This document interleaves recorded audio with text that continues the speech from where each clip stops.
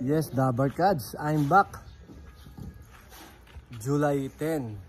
Mag-alas 5 na, Dabarkads. Wednesday. Medyo ngayon lang tayo kukuha ng content natin dito sa ating project na retrofitting and renovation of old house. Nasa ika-6 na linggo na tayo. Week 6 or 6th week. So Dabarkads, yung 5th week natin, natapos natin yung bubong. Ayun, nabubungan natin siya, Dabarkads, So ngayon, nandito tayo sa loob ng bahay, nakakonsentrate. Finishing tayo. Nasa plaster works tayo. So panoorin natin, Dabarkads, kung anong makikita sa loob habang nandiyan pa yung mga tao. Let's go! Yan. Yan, Dabarkads, pasok tayo. Isa-isayin natin, ha. Yan, ito yung ito yung bagong pwesto ng pinto. Uy, Pax, walang dadaan na yung buhangin. Asya yan, engineer. Kasi yan. Puta driver, ito si Pax pala. Yan, ito si Don Ramon. Shout out! Shout out dyan. Ito yung bago nating mason. Si Boy. Ayos. Yan. Ito siyang fixed panel glass window. Ayan yung panel yan. 4 na panel. 1, 2, 3, 4. Ayan. Maganda kalalabasan yan. Hanggang yan. 10 hollow blocks ang taas yan. Ayan Ayan. Ito yung natin. Window natin. Tinaas din natin yung yan. Yung top level. Ilan yan? 1, 2, 3, 4, 5, 6, 7, 8, 9, 10, 11, 12. Hindi, 13 pala. 2.6. Mga 2.6 ang height niyan. Ayan, plaster works. Ito yung pinaka living area. Yan yung dyan lalagay yung TV. Double height ang ceiling. Okay, ayan, puros palitada na yung paligid, Hoy, Tino. Shoutout ka naman dyan, Shoutout ako. Mga kaibigan ko sa Kaina, Kalumpang. Okay. Ito, matindi, Ayan, Shoutout to Don Ramon. Gwapong-gwapo, Adjo, ilan ba masabi mo? Shoutout po pala sa aming sisto, si Alicia Lim. Tres. Si Mong Mandy. Shoutout sa mga kasamahan dito. Foreman, yan. Papalitadaan na yung ngayong linggo. May mga switch, nag-ano na rin tayo. Nag-abang na rin tayo. Outlet, ito. Nagsinsil na rin ang outlet. Yan sa baba, may mga outlet dyan. Yun. Doon may outlet din. So yan yung bubong. Next week, magkikisami na kami. Alright. Ayan, nandito ngayon tayo sa taas. Ayan, makikita nyo. Ayan yung window, taas nung window. Ay, sasara natin yan. Sarado yan. Tapos 1, 2, 3, 4. Yan yung fix panel glass. Yan yung window. Yan, palitada. Bukas tapos yan. Tapos itong floor joist natin, tapos na rin to. Antayin na lang natin yung plywood para ma-flooringan natin yan next week. Flooring nito, isang araw lang to, tapos to. Tapos yan si Mang Mandy, si Foreman. Dito siya naka-assign sa taas. Ayan yung niya. Yan yung pinapalitadahan niya. Ayan. Ayan. Yung likod, gilid, tsaka yung harapan. Yung may bintana. Ayan. Okay. So for the meantime, yan lang muna ang progress. Basta ang target namin this week, palitada. Okay. See you tomorrow. Call out my name and I'll be there.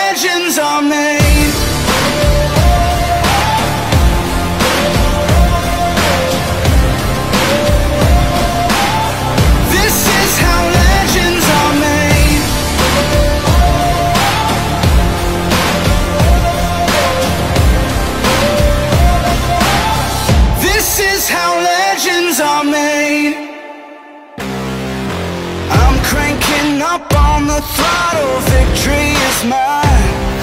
Show you the harder the battle, harder I fight. I've come too far to quit. Step back, I'm going in. I'm cranking up on the throttle. This is how legends are.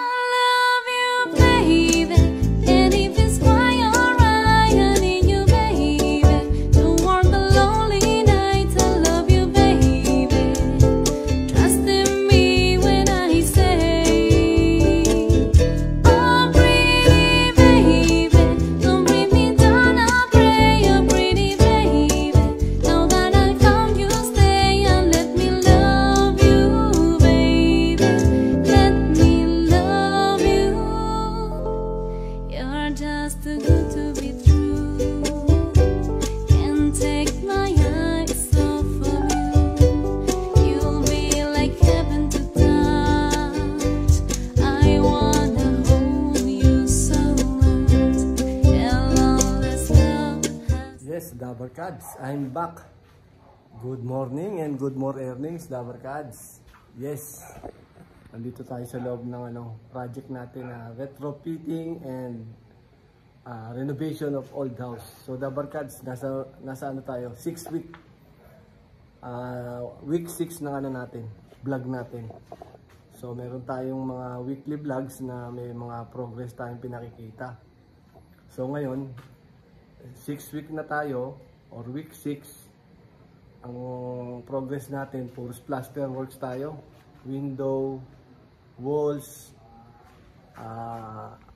Pakikita ko sa inyo, baliktarin ko lang yung camera, ha. Alright, ayan, yes, Dabarkads, plaster works. Medyo madilim, ha, pero okay lang yan.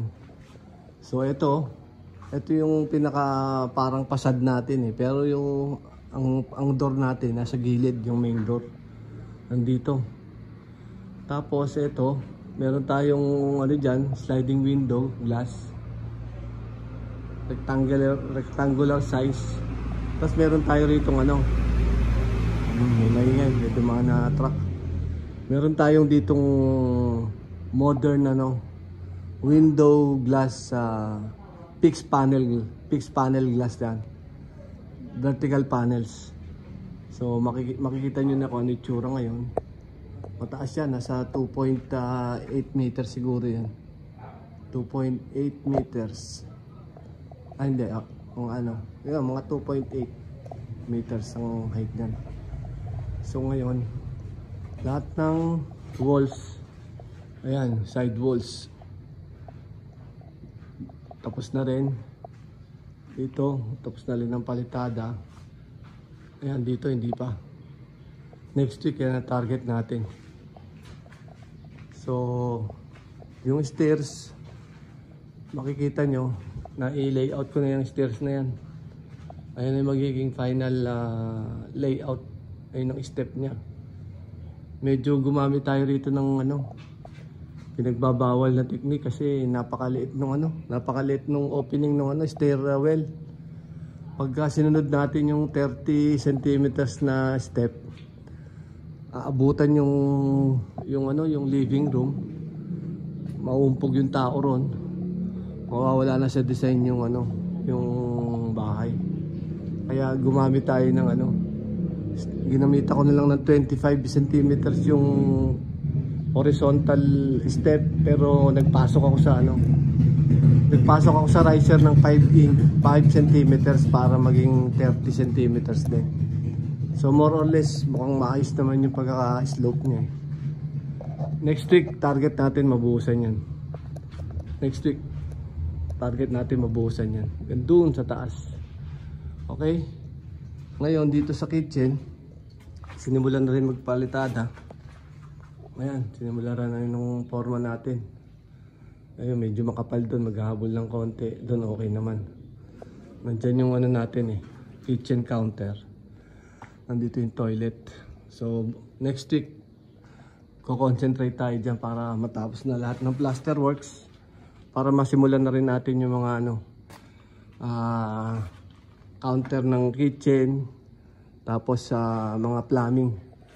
Maghuhukay na rin tayo dyan ng main line ng sewage. or sewerage. Okay, Dabarkads, akit tayo. So yun, Dabarkads, nandito tayo sa taas. Makikita natin sa baba yung living room area. Ayan yung window. Ayan yung fixed panel glass. Ganda tingnan. Tapos ito yung wall ng living room area. Diyan more or less lalagay yung TV. Tapos double height. Nandito ngayon tayo sa taas. Naiyan na rin to. Naipalitada na rin yung mga walls. Ayan, palitada na rin yan. Pwesto tayo na maayos para hindi tayo mahulog. Ayan. Ayan, Dabarkads, napalitadahan na lahat yan. Grabe ang bilis. So yun na lang ang kulang, tsaka ibabaw. Okay. So Dabarkads, target natin next week. Ayan, yung floor na yan. Halagyan na natin ng plywood, tsaka magdidivision na tayo ng room dyan, tsaka mag-start na tayo ng ceiling. Ano pa? So walls, division ng rooms, tapos ceiling. Masisimulan lang natin next week. Mga at the middle of next week. Tapusin lang natin yung mga ibang masonry works. Okay? Balik rin ko yung camera. Dabarkads, end na natin tong content natin ng week 6 ng retrofitting and renovation of old house.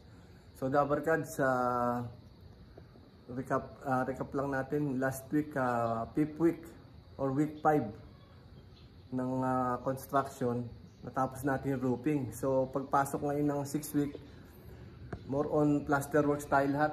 Palitada tayo ng walls dito sa taas, tapos na.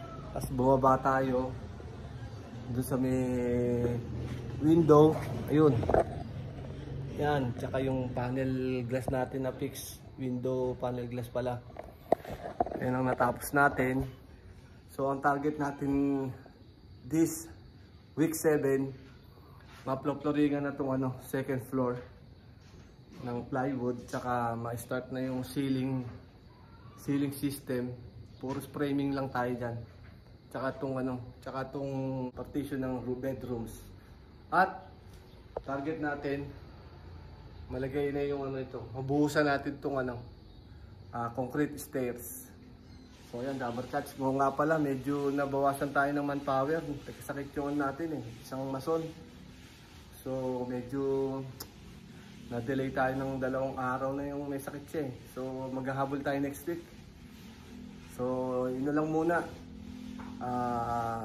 Maganda yung progress natin this week. So next week, bantayan natin yung susunod na mga scope of work. So Dabarkads, see you next time. Bye bye.